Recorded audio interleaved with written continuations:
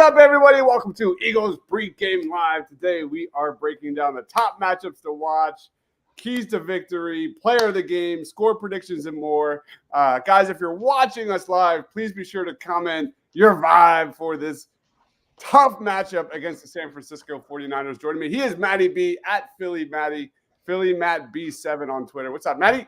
What's going on, gentlemen? How's everybody doing today? We're doing well, man. The anxiety's through the roof. I've already got 2 dishes in the works in my kitchen over here. Already took my dog to the park twice. We're ready to roll. I hear you. I have no anxiety at all. I feel great. Oh, I wish. Also joining us, Mitch Kofsky at Mitch Kofsky. What's going on, man? Not much, man. I'm excited for this game. Just did a Sunday morning show on the Hardcore Sports Network. A lot of fun. Let's get right into it. Let's get right into it, man. Let's talk our top key matchups to watch between the Eagles and the Niners.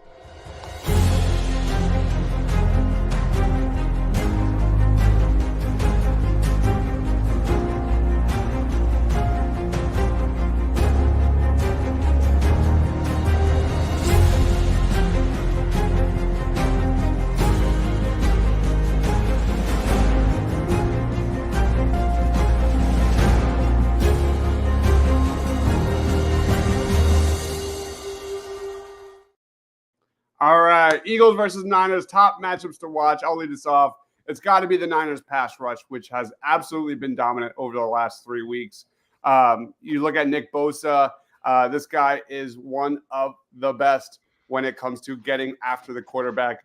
You look at this Niners defensive line, 15 sacks over the last 3 games. Nick Bosa has 1/3 of those sacks. He's 14th best among edge rushers with a pass rush win rate of 21%. You look at Javon Hargrave, 7th best pass rush win rate among defensive tackles. You know, since the Chase Young edition, the Niners have finally started to get home. Only 2 teams have a higher sack percentage over the last 3 games than the Niners. So Eric Armstead, if he plays, keep an eye on that one. But this Niners pass rush is the best the Eagles will have seen all season. It's legit. And we have seen Jalen Hurts struggle with a team that can get pressure with their front 4 consistently. This team does not blitz. They have the 4th lowest blitz percentage at 18.6%.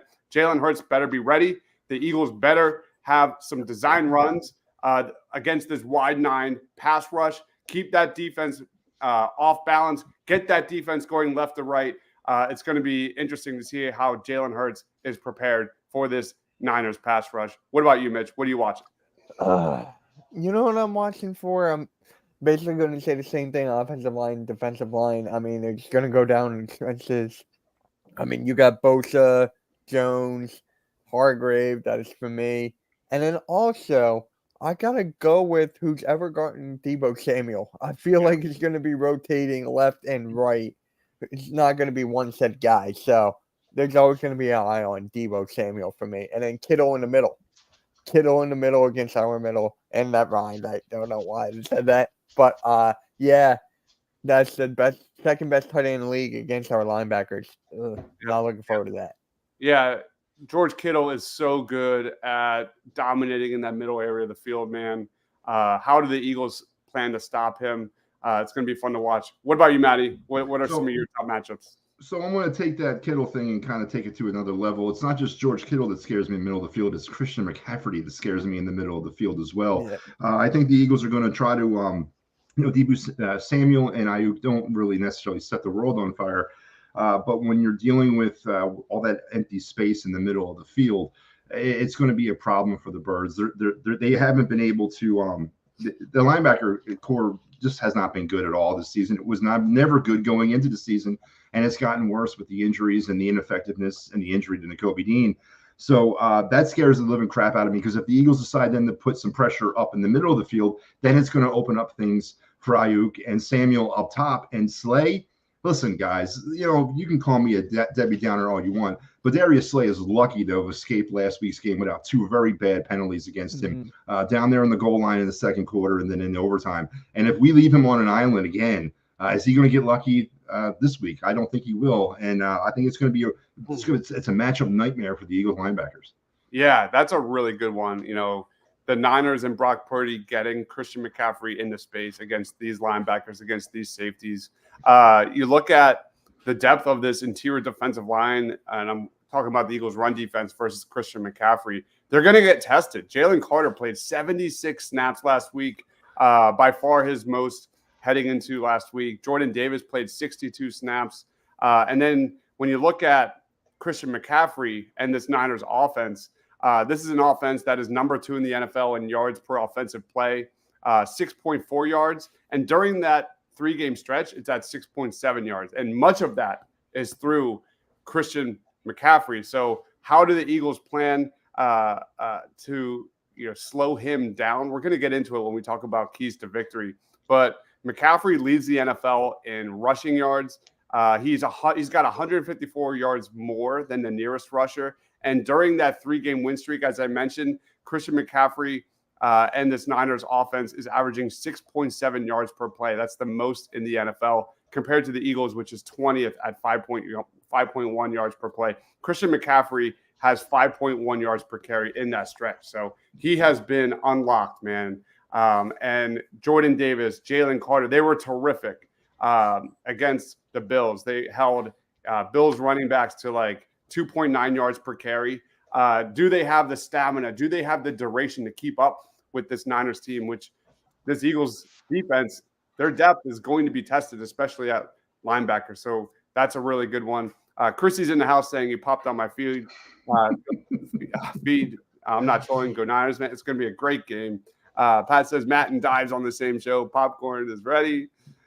We need Brian Johnson's best game. That's a really good one.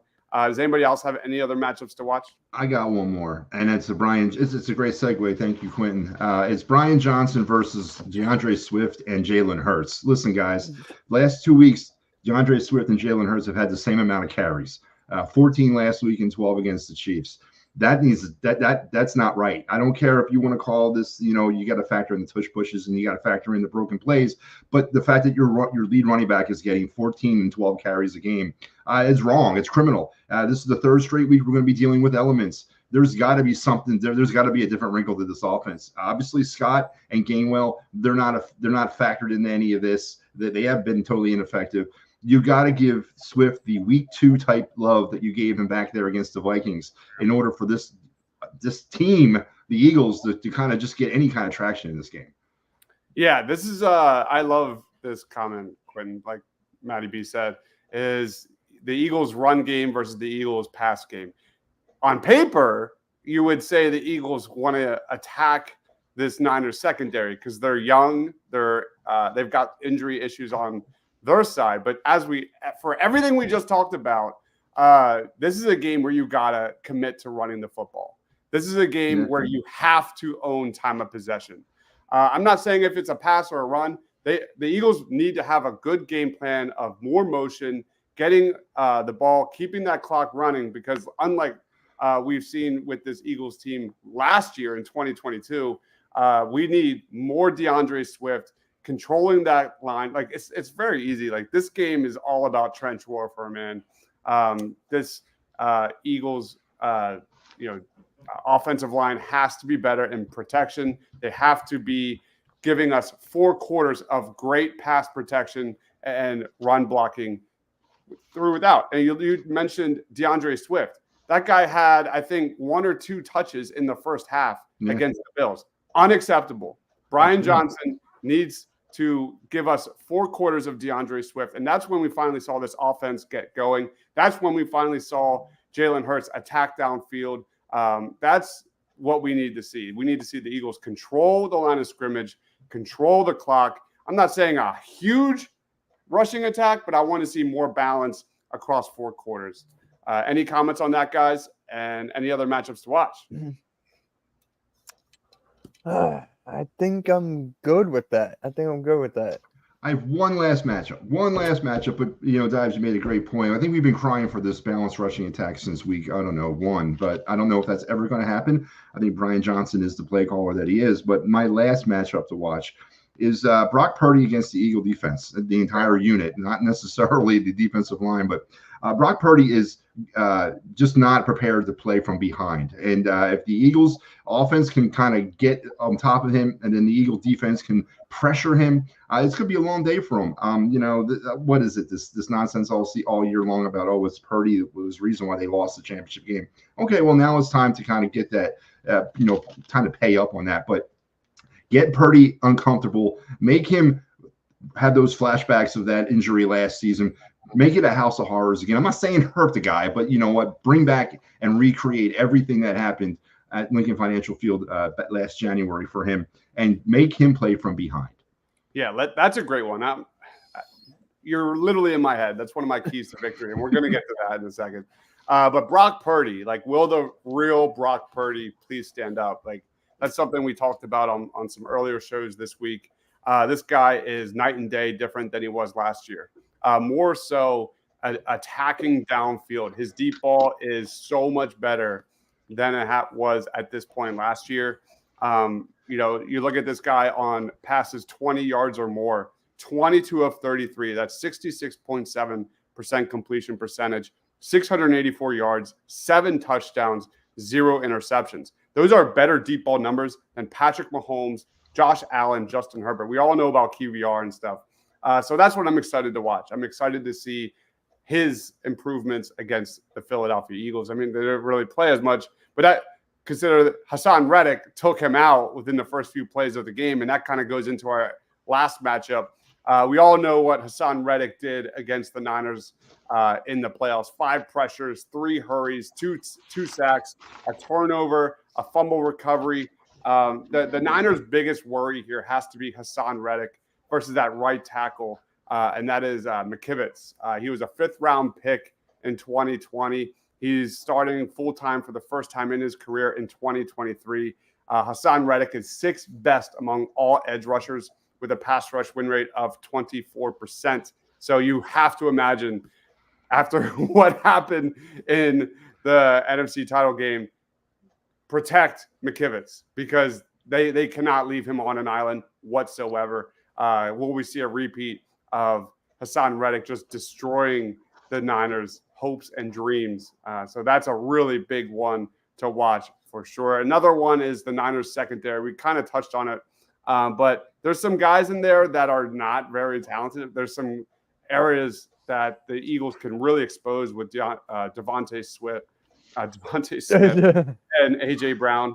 That's definitely something to watch as well. So I think this is a little more even than the national media wants to kind of portray.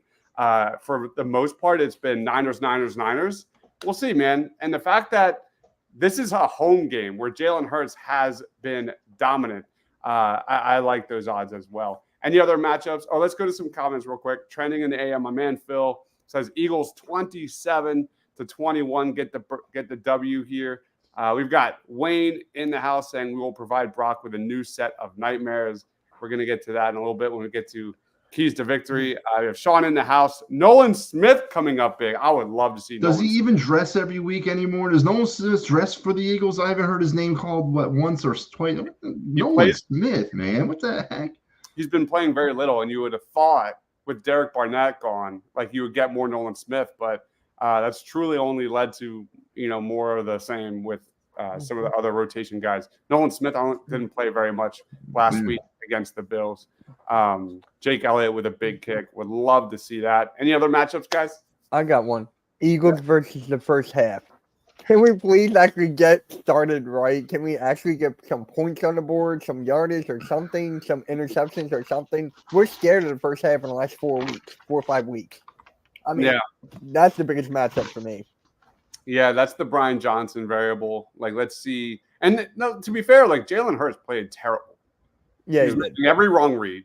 The RPO looked like dog shit. They need to have more balance. We need to see Brian Johnson commit to something rather than do a few plays where it looks like it's working and then abandon it. Let's see more consistency with that. That's a really good one, man. Absolutely. Sean says you have to win. We have to with the linebacker situation. He will. All right, let's roll on to our top 5 Eagles keys to victory. Don't you feel it? Sweetness and light from my restless mind.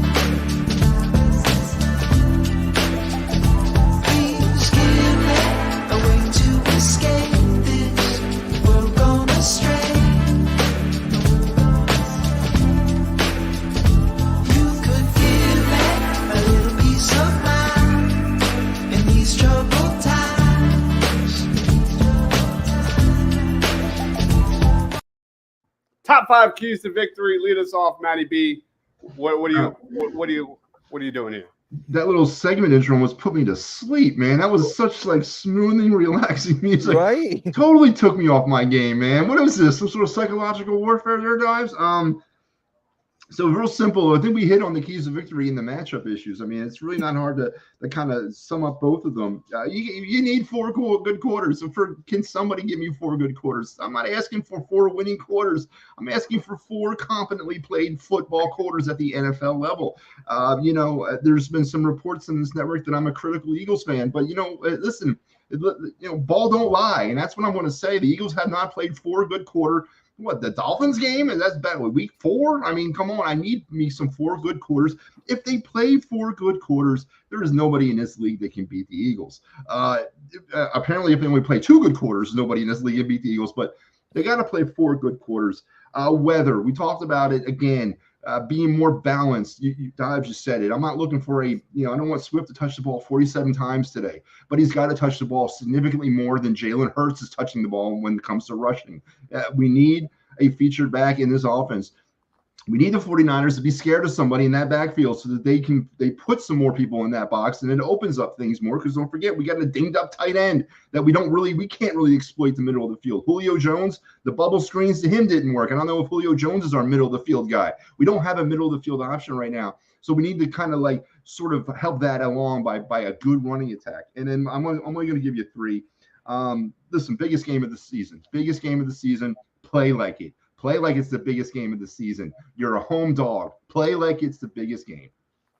God, I kind of alluded to that during PM and AM this morning. Like, could you imagine? Because like this whole like disrespect thing is such a topic, and like it's all Niners, pretty much consistently across the national media. Like, I would just love to see Niners players, Niners fans, the national media, you know who you are, just squirm if the Eagles come out with a convincing W today. That would just be so pleasing to watch all week long. Mitch, what are your top 5 keys to victory?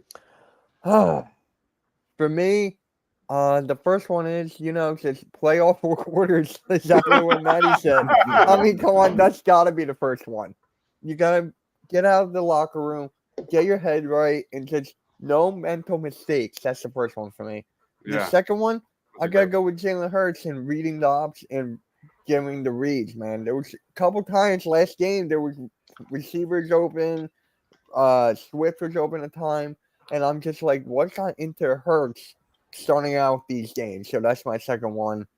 Third one, it's got to be Devontae Smith. It's got to be my favorite player because he's been on fire the last 2 weeks. So you got to keep on giving him the hot hand. A.J. Brown's been down for the last 2 weeks. So that's me. And then my next one is offensive line versus their defensive line. We got to protect Hurts at all costs against that defensive line and that defense in general. So that's my 4th. And my 5th, to try to contain McCaffrey and Debo to the best of your ability. That's going to be tough. Yeah. But, we got to strengthen up the middle for that one. Mm-hmm. And actually, I got one more. Special teams. Yeah. Jake Elliott and, oh my God, Bring Covey. They got to do their thing, man. Jake Elliott, people are saying he's the best kicker in Philadelphia Eagles history already. And I'm just like, I don't know. He does have clutch moments. But I mean, the legends were made last week against the Bills with Brandon Graham, with Jake Elliott, man. That was – I still have no idea. Yeah, all that stuff was made last week, Great. Yeah. Michael says nobody talking about the Niners losing their really good safety, and the Niners secondary is just okay. That's facts, man. The Eagles need to set up the pass by establishing the line, with ball control. Just get time of possession in favor of the Eagles early on. That's what we need to see. We can't. I mean, again, the defense played 96 snaps last week. They're still hurting. So that's what we need to see. I want to see the run set up the pass, which was the opposite in the first half against the Bills. Michael says the game will come down to Hurts' mobility and the lack of bricks. I said that too. We need to see Hurts and his legs more involved in this offense. It was kind of like the Bills game was kind of like the rope-a-dope. We didn't really – the last few weeks because of the knee injury and things like that, we haven't seen Hurts involved that much. And when he ran it in on that design run and put his arms out to the crowd, that was just the rope-a-dope moment of the year. That was awesome. We need to see more of that. The Niners employ a wide nine. There's going to be opportunity for the Eagles to get Hurts involved in the run game for sure. Anthony says, pray no injuries on both sides. It really doesn't matter who wins. It will not affect any team playoff-wise. Oh, yes, it will. Let's talk about yes, it will. So I go back and forth on this. I get it, Anthony. Both the Dallas game and the Niners game are both huge. But, like, I want the Eagles to take care of business. They're home where Jalen Hurts is at his best. I don't want to care about next week. They take care of business today. It's over. It's over. Then you can start to get into the rest of the season with those 3 cupcake games two against the Giants and 1 against the Cardinals. Take care of business today, and let's not even have this conversation. Anybody? Yeah, no, I 100% agree. Listen, I know it seems like it's kind of out of sync right now for every other team in the NFC, but it's not. The Eagles lose today, and God forbid they lose against the Cowboys. It's a whole different picture. They lose today, they've just given the Cowboys a little bit of a goose to say, hey, you know what? We win next week. We got ourselves a whole new ball game. No, man, this game is huge when it comes to the playoffs. The number 1 seed is still out there. Yes, we clinched. But if we lose today and lose against the Cowboys, we go from 1 to 5. So it is there. This is not the time to take your foot off the gas at all. Yeah, that was like my thought process. I'll be honest, Anthony, like at the start of the week, but like now Sunday, it's game day. Like I want this Eagles team to punch this Niners team in the mouth. Like send a message today. Win on the line of scrimmage.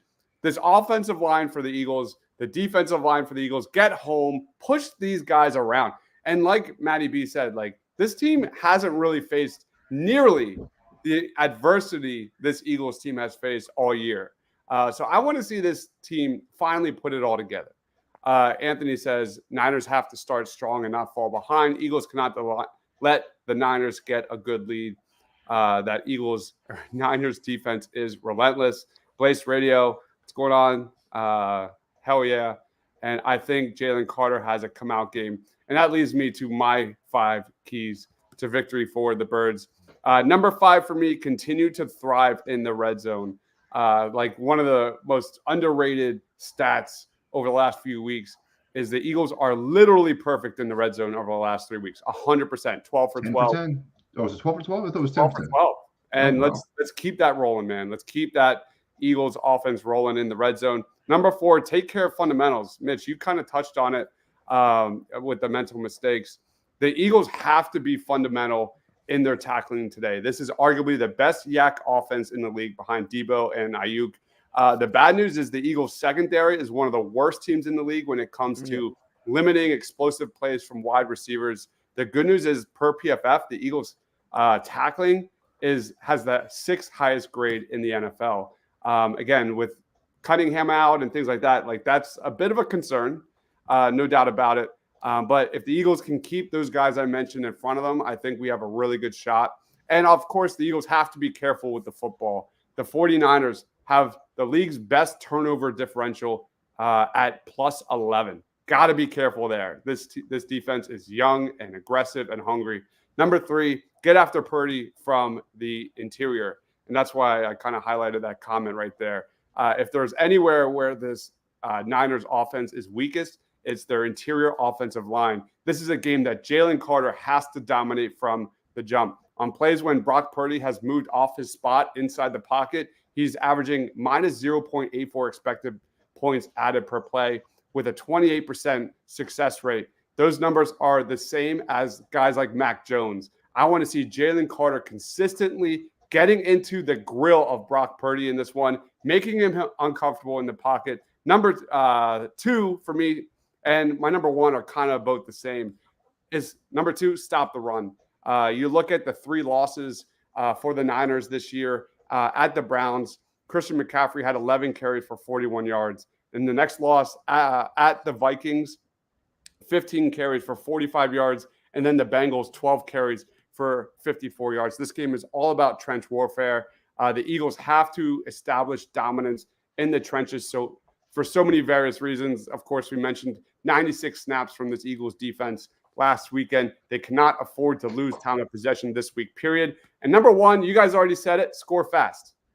Sometimes the best defense is a great offense. I want to see this Eagles team put their foot on the pedal offensively in this one, immediately put points on the board. The Eagles are the 12th best team in the league at 12.5 points per game in the first half. That has to be better. The Niners aren't a team that's used to playing from behind, just like Matty B said. And if you can put points early on the board, if you can make Brock Purdy and Christian McCaffrey and that Niners offense one-dimensional, you have a chance. So those are my top 5 keys. I think it's 100% correct, Ives. I love where your head is. It's, really going into this game, there was a lot of people. I honestly was one of them who really kind of looked at this as one-sided. It was, the 49ers coming in here and handling their business. But, you're right. It's the Eagles who are, to be honest with you, they're the better team. But it's just a matter of execution at this point. To me, the Eagle offense is going to take care of itself. They're explosive. They're multi-leveled. It's going to come down to the Eagle defense versus the 49ers offense. But all those points, if we can actually take care of some of those points, and I think the biggest one, of course, is you get a lead early on, and let's play from in front. This is going to be huge today, man. Yep. Mr. Rudy Poo says the Eagles have been getting disrespected all week. They better be ready because it's everyone against us. Listen, I got a question about that, guys, real quick. This goes to the two of you. We're from Philly. No one likes us. We don't care, right? So why do we care so much what the national media says? I mean, who cares? I think the song says no one likes us. We don't care. Or should it say the song, we're from Philly, please like us because we really care? I mean, what version of the song are we singing these days? Because I don't care about the national media. I really don't care. Yeah, I don't care at all. I don't even listen. The podcasts I listen to aren't even sports related. So, I don't care personally. I think if it's a chip that enables Eagles players to step up, so be it. I mean, you look at the Eagles Super Bowl run with the dog masks and the underdog mentality. Yeah.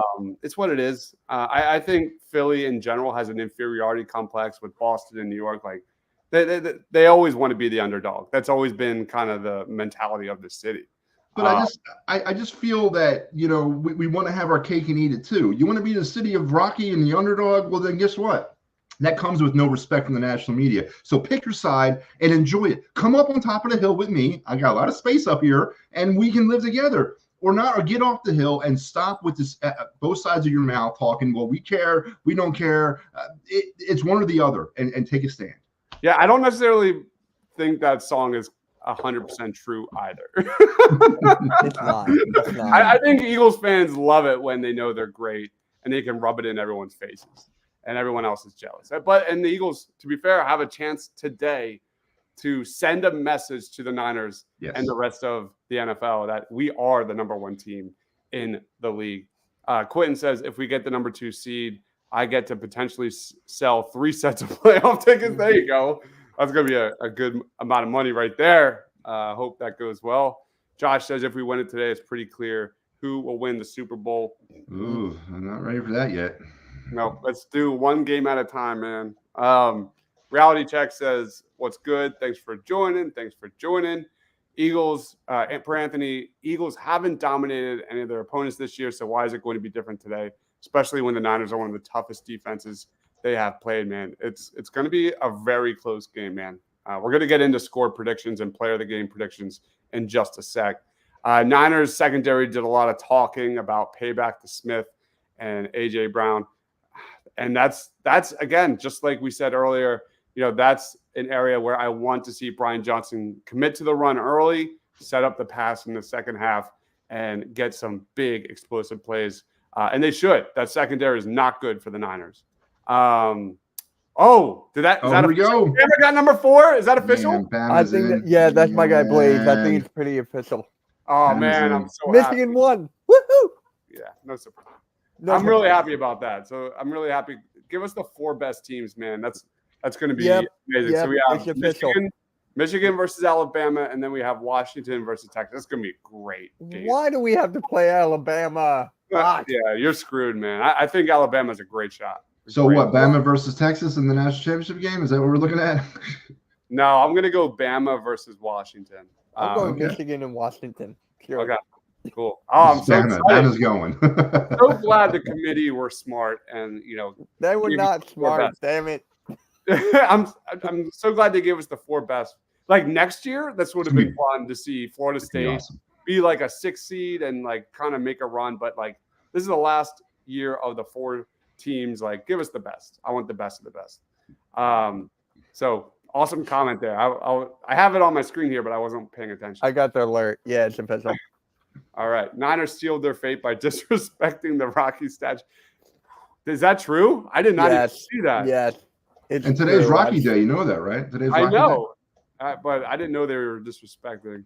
That's dangerous. Yeah, I saw that too. Reality Check says practice what you preach. Fundamentals. You should be good. Win time of possession, turnover rate. I agree, man. Take care of business. Sounds like Carter's going to be the key to this game. We'll get to that in a second. Michael says Niners fans sealed their fate. Oh, wait, I already did that.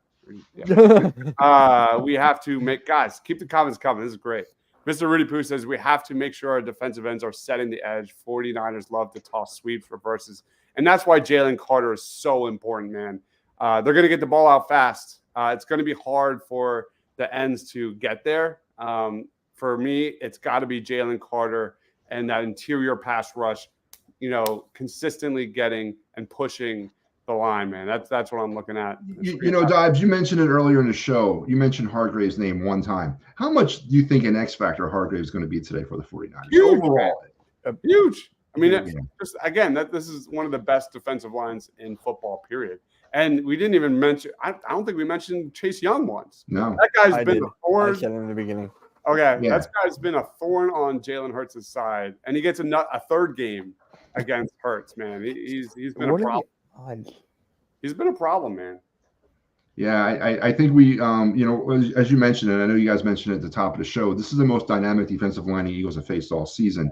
And Stoutland U is taking kind of a year off this year. They really have. They have not been their dominant selves. They've been dealing with some injury issues. Lane Johnson's, I don't know if I'm sure the hamstring's fine, but Stoutland U has not been, summa cum laude this year. All right. So they're going to have their hands full. Yep. Absolutely agree. Michael says the Eagles are undefeated when opposing teams disrespect the Rocky statue. They are. That is true. Yeah. Mr. Reed, who says we don't. It's the arrogance that we don't have a chance. We've got Red in the house. That's my guy, Red. What is up, bro?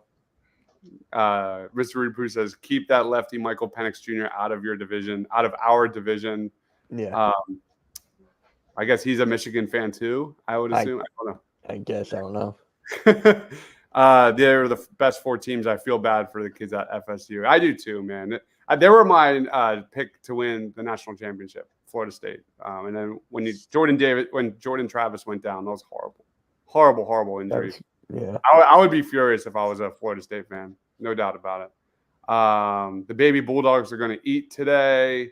Rudy Poo says Chase Young has gotten a few sacks against Jordan Mailata this year. Absolutely. And Eagles 31. I don't know. The 49ers 17. 40. Okay. 31-17. That'd be interesting. Quentin says Brian Johnson is calling Sirianni's plays, not plays Johnson ran in college. I don't know. I don't know either. First time I'm ever hearing that. And that's another point with the Brian Johnson thing, and I like to bring that up. Frank Reich is looking for a job. I brought this up on my show this week. I'm not necessarily going out there to recruit him, but if he shows up at my front door with his resume, maybe I'm listening. That's a question I think a lot of us have had. And has it been the execution of Brian Johnson's plays, or has it been the execution of the plays on the field? You get the fumble with the handoff to Gainwell and all that. You got some of the inability or indecisiveness from Jalen Hurts, and he has been indecisive at times. So, I mentioned this earlier. Is this what Brian Johnson is as a play caller? Is this what he has grown into? We talked about it all throughout the first half of the season. We got to be patient. Well, he hasn't really shown much growth. Is this it? Is this what Brian Johnson is? Regardless, you want to blame Nick Sirianni? I don't blame Nick Sirianni. Brian Johnson's the offensive coordinator. They work on the game plan together. It's supposed to be like a conglomeration, correct? I'm not going to blame Nick Sirianni on this. If you take out the last couple of weeks, because we've seen a lot more pony offense with lack of tight ends on the football field, more 2 running backs and things like that. Eagles fans don't want to admit it, but it's literally basically the same offense we saw with Sirianni last year. There's really very little differences. I think it's more lack of execution. It's lack of Jalen Hurts' legs in the offense. And it's Brian Johnson's situational play calling at times have left you wanting more. There are way too many times we have seen Brian Johnson get success and then abandon it. It's been up and down for sure. Again, the red zone offense has been getting better. We saw last week Jalen Hurts get a little more involved in the run game, but the RPO numbers are way down. The Eagles last year were the number one zone running team in the NFL by a huge margin. They're like bottom tier this year. So I think it's just a collection of everything with the injuries and everything. So that's what you attribute that to, is the injuries, or what do you attribute the RPO off the cliff to? I think it's defenses not respecting Jalen Hurts' legs as much as they did in years past. The Eagles were so good at getting teams kind of to guess wrong, essentially, in those situations. I think teams are giving the Eagles their best way more. And, of course, the more difficult schedule. They haven't been effective running the football. There have been times when Jalen Hurts has been on the run and under pressure all game long.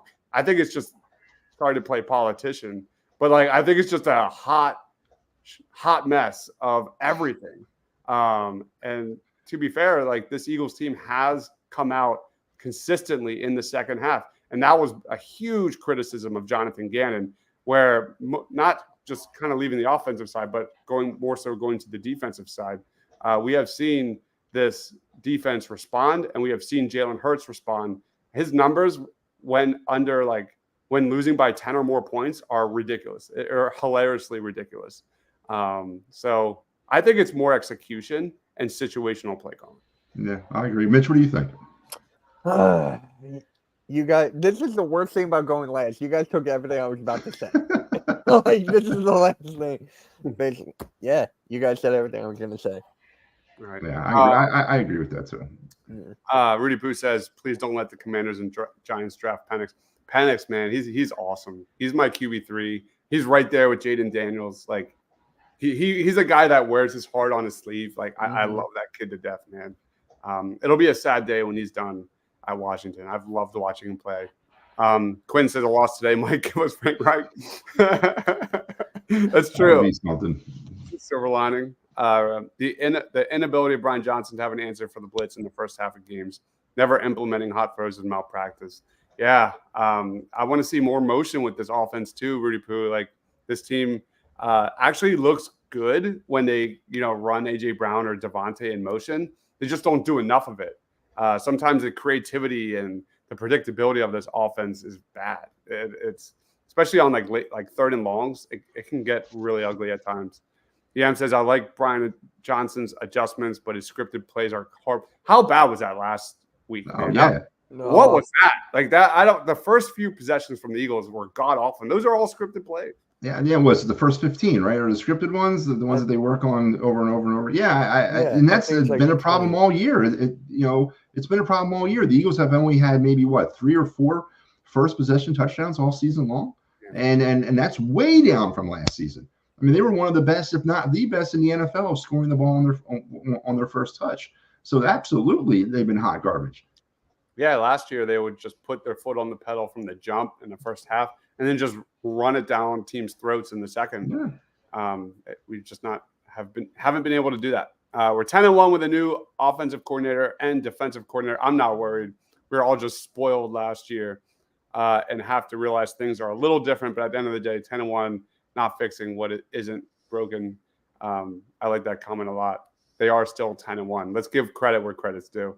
Is Goddard playing today? I haven't heard. He's still doubtful, at least from my end, which sounds like he's not playing. I'll look. All right, Mitch is on it. Again, we are a few hours away from game time. We probably won't know for a couple hours. Right, I'm just looking. Quentin says Hurts not being 100% is a big reason why the Eagles don't look good for 4 quarters. 1,000%, no doubt. And not having Goddard is huge. Reality check are as. All right. Yam says I disagree. I think his scripted plays are just not good. Yeah, fair. Yeah. Very fair. Right. Yeah. I just think it's everything. I don't think it's one single thing. Like there are times when I've watched all 22 and Hurts is under so much pressure that I don't fault him. Then there are times when guys are open and Hurts is just flat out missing guys, or he's running out of the pocket too soon, or there's just not been a lot of flow. So do you believe that this team comes in the games prepared to play football? I think they come out of the second half. No, I didn't say the second half. I said, do they start games prepared to play? No, I do not. No. So what do you attest that to? Is that bad practicing, bad coaching? Where does that problem come from? Well, no, it's unlike anything we saw last year. So I honestly, it's befuddling. It's kind of a new trend. So yeah, I didn't see anything yet. Yeah, again, I go back to the rushing numbers, like I talked about. Like they were so dominant at just bullying teams on the offensive line, and there's been real flashes of dominance from this Eagles offensive line, but it's not been consistent. I think that's a big piece, for sure. I think whether Eagles fans want to admit it or not, this is like Sirianni's team is a pass-first team. They want to move the ball down the field. They want to score fast. They want to do all that. So I think they're just trying to find that balance has been difficult this season with everything. Rudy Poo says Justin Evans. I wish Justin Evans was playing. The guy may not make a lot of plays, but when we do force turnovers, he seems to be in the vicinity. Bad coaching per Michael of it. The team offense has been off since game one. Yeah, but like you look at the offensive numbers, they're like third best in the league. They're like top 5, yeah. The offense is fine. The offense has never been really my concern. It's been aspects of the offense have been my concern, but they're an elite unit overall. They're one of, if not the best in the NFL. Regardless if they're not scoring as dominantly as they were last season, they can still put points on the board when they need to. Yam says, here's where I have pushback. If they were prepared, the scripted plays would look much better once they were picking plays off the script. I agree. That's a great comment. Yeah, I think Dives agree the fact that they're not prepared to start all games. Second half adjustments have been good. Brian Johnson play sheet, inside zone, long developing crossers, all slants, all go routes, RPO, and quarterback draw predictable. I agree. Yeah. Facts. Reality check says I think they start games prepared to play. It's just the inexperience of the offensive coordinator going against experienced defensive coordinators. That's a really good point too. But we're week 13. When does that excuse end? Is there like a mandatory game that we can stop saying that? Because it's week 13.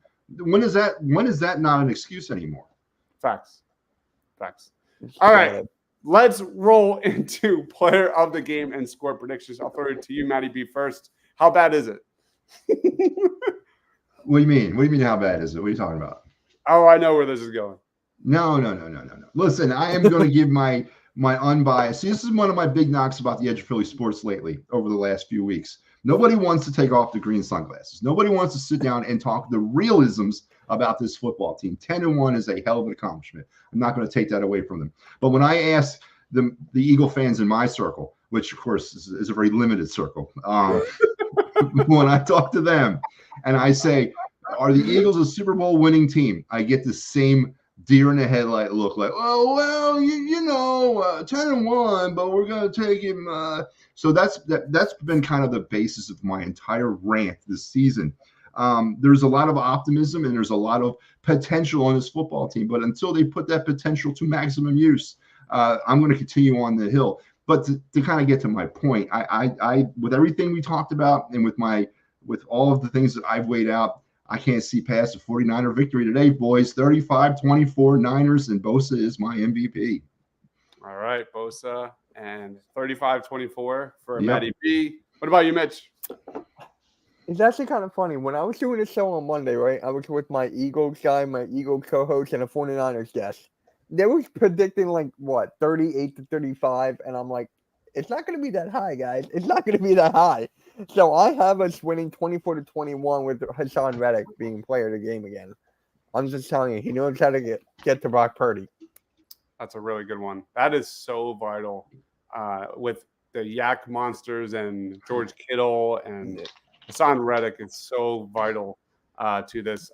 And I'm going to just piggyback off of Michael's comment here. Just like I said earlier, Jalen Carter is my player of the game prediction. If the Eagles win, it's got to be Carter. He's going to be playing a ton of snaps in this one. That's where the weakness is for the Niners, that interior O-line. Let's expose that. Give me Jalen Carter as my player of the game. And my score prediction, I'm going to keep it to where I was for Birds of the Round Table, 31-30. Eagles do get the victory here. If this was in San Francisco, I'd probably be picking San Francisco. But we have seen through 5 home games this year, Jalen Hurts is unbeatable. He's been so good. But I think it's going to be a very close game. 31-30, Eagles get the W. Mr. Rudy Poo says, I see that all local media pods are picking against the 49ers, so I don't see many people picking the Eagles besides fans. That's true. I think that's pretty accurate. Reality Check says Eagles 28, Niners 24. BG with a game-ending sack. I legit got like weirdly emotional. I don't really get emotional mostly during Eagles games, but when Brandon Graham got that sack on Josh Allen last week, that was a special moment. That was great. That was great. I was so happy for him. That'll be a sad day when he hangs him up. Rudy Poo says this is a Jake Elliott game. I don't see us getting a lot on offense. Brian Johnson doesn't give me confidence. Michael says Eagles 33, Niners 22. That wraps up the show. We got one more. Teacher Got Game says Niners 7, Eagles 34. All right, Teacher Got Game. Come on, man. Is that the shutdown game everyone's looking for? I mean, if that was the case, That's my that guy. would be He's the shutdown game. Sixers fan. One of the most realistic Sixers fans I know. But when it comes to Eagles, woo, I'm not touching that. Yeah, that would be one hell of a day. We'll see. We will see. Let's wrap it up. Mitch Kofsky, where can we find you? Final thoughts on Eagles versus Niners. So, final thoughts, it's going to be a hell of a game. I'm actually doing a watch party for it. So, it's going to be just me watching the game. Come hang out. It's going to be a lot of fun. So, you can follow me on Twitter at Mitch Kofsky, Hardcore Sports Network, Edge of Philly Sports. And yes, go Birds. Awesome. That. Absolutely. Thanks for the comment, Michael. What about you, Matty B? All right, my final thoughts on this game are as follows. I want the Eagles to win. I truly do. I truly want them to go out there and be the dominant team that I feel that they could be. But I haven't seen that up to this point. But they're finding ways to win, and I can't not see that. So I don't believe. I don't believe in this team. I don't believe in this coaching staff, and I sure as hell don't believe in the GM. But I want them to win. With all that being said. And I don't think they're going to win. And ultimately, I think this season ends in disaster. But it's a great ride to go on every week with you guys and enjoy it. Listen to all the EOP people out there. Be critical of these hosts. Get on every show on this network, and all of them are great. But do not let them off the hook. Be critical. Make them address the issue and the elephant in the room. You can find me on Edge of Philly Sports at the Talking Philly Sports Matty B podcast every Monday night. I'm also on the Fighting's Final during the baseball season and on Clear the Ice during the hockey season. So go Birds. All right, guys. We will be back at halftime. Me and Shane doing halftime live for like 10 minutes. And then, of course, post-game live will go live immediately when the clock hits 0. Be sure to check that out. I think both of you guys are on there, right? Yeah, I think me, you, Mitch, and who's is it Pat? Pat and Austin? And Austin, yeah. Austin, yeah. That's it. Yep. Yeah. Nice. It's going to be an interesting show. Oh, I can't wait for that. It's going to be awesome, man. It's going to be really, really fun. We have Linda saying, go Birds. Go Birds. Guys, thank you, everyone, for watching. Wherever you're watching, please be sure to like, comment, subscribe. Thank you for all the comments. They were awesome today, as always. Linda says 37-29 Eagles. Let's go, baby. We will see you at halftime. He is Matty B at Philly Matt B7 on Twitter. And then Mitch Kofsky, co-founder of the Hardcore Sports Network, at Mitch Kofsky. I am Dives. Thank you, everyone, for watching. Stay awesome.